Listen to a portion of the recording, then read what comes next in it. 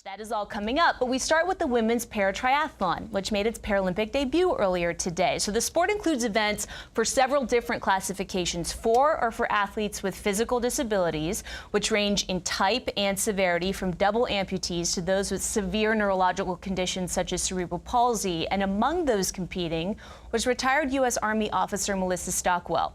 Stockwell is one of 35 veterans or active duty military members on the U.S. team in Rio. And today, on the 15th anniversary of the September 11th terrorist attack, she took a moment before competition to post something. And Stockwell said, "Today I race for those that gave the ultimate sacrifice and make our country so great. Every swim stroke, bike pedal, and run stride, this race is for you. Hashtag never forget." A Bronze Star and Purple Heart recipient, Stockwell has long been a trailblazer, achieving many firsts in her life, some happy and some heartbreaking. In April of 2004, she became the first female American soldier to lose a limb in active combat. And 4 years later, as a swimmer at the Beijing Games, she became the first Iraq War veteran to compete at the Paralympics. And all of that led Stockwell to who she is today, a contender for one of the first Paralympic medals in para-triathlon. I mean, I got a pretty cool paint job on it. I could show that off. I wanted to be in the Army because I love our country. So I did ROTC in college, and I just really fell in love with it.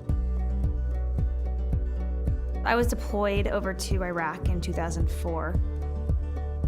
And a short 3 weeks later, on April 13th, 2004, I was on a routine convoy through central Baghdad, and the vehicle I was riding in was struck by a roadside bomb, which resulted in the loss of my left leg above the knee.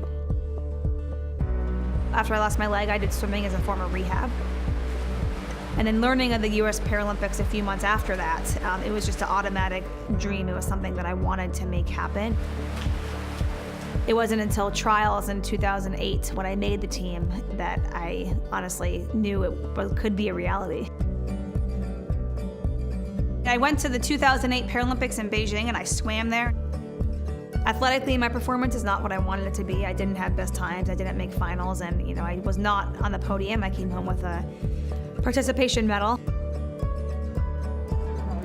In 2009, I was invited to do a triathlon, and I was a decent swimmer. I was starting to run, so I thought, well, why not throw a bike in there and swim, bike, and run? So I gave it a shot and was hooked right away. With a prosthetic, I have a sport-specific biking and a sport-specific running leg, and if I don't get my leg on and off fast enough, then I could lose the race. So you practice getting your leg on and off as quick as you can. It's definitely like the fourth discipline of triathlon is the transition part. Rio is a culmination of taking a challenge head-on, of perseverance, of athleticism. I want to prove to myself that losing a leg isn't stopping me from anything I want to do. I've gone 24 years of my life with both of my legs, but looking back 11 years, I've done more than I ever imagined. Stockwell was one of several strong American contenders in para-triathlon today. And for more on that, here's our reporter, Heather Cox. Welcome to Copacabana Beach, the site of the women's triathlon. Today we keep our eye on 3 Americans in the PT2 classification: Alyssa Seeley, Melissa Stockwell, and Haley Denisovich. They are 1, 2, 3 in Paralympic rankings. Alyssa Seeley is a 2-time world champion, ranked #1 in the world. Melissa Stockwell is a 2-time Paralympian, having competed in the swimming competition in Beijing. And Haley Denisovich was the first U.S. athlete to qualify for this triathlon by winning the test event here in Rio.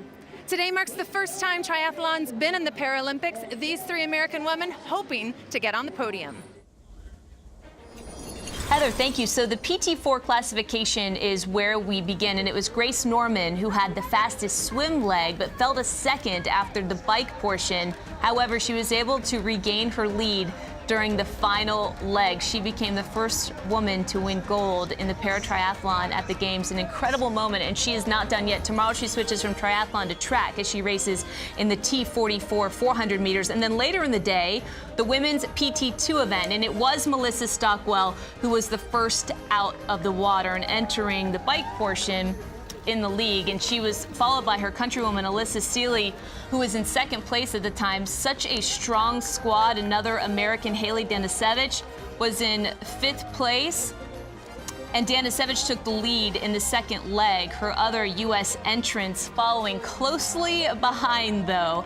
Danisevich did hold the lead going into the final leg. All 3 Americans were in the mix for medals. It was Danisevich who was still in 1st place, but an incredible story developing here. Sealy was gaining on her a little bit. Sealy crossed the line in 1st place, winning gold. And then she would wait to see if the U.S. could make it a full sweep. Danisevich would cross the line 2nd for silver, and Stockwell took bronze, the U.S. dominating the event.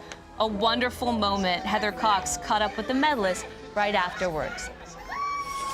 The Americans sweep the podium, gold, silver, and bronze. Congratulations to all of you. Now, Alyssa, you have been on quite an incredible journey, but just how significant is it to know that your name will now forever be in the record books as the one that won gold in the first Paralympic triathlon? Oh my God, it's amazing. It's been a crazy 4 years of hard work, ups and downs, and to finish at the top of the podium with our national anthem being played, with my 2 teammates standing next to me, it's going to be the most amazing feeling I've ever had. And Alyssa, you dominated the run. How did you create so much separation in that final leg? I knew coming off the bike that I had a lot of work to do. I'm a runner at heart. It is my strength. It's my soul. And I just put my head down and I gave it everything I had. When it hurt, I pushed harder. And when I passed her, I expected her to stay right with me, and so I just kept pushing.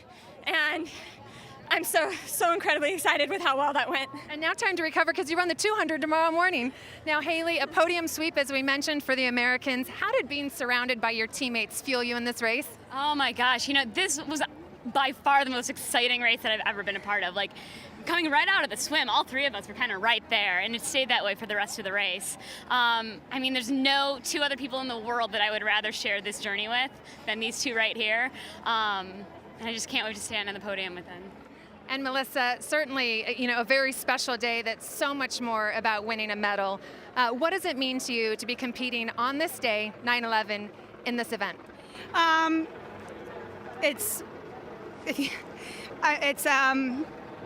To be on the race course wearing a USA uniform with my teammates on a day that changed the world, and to come across the finish line, my goal was to be on the podium and with these 2 ladies, and it happened.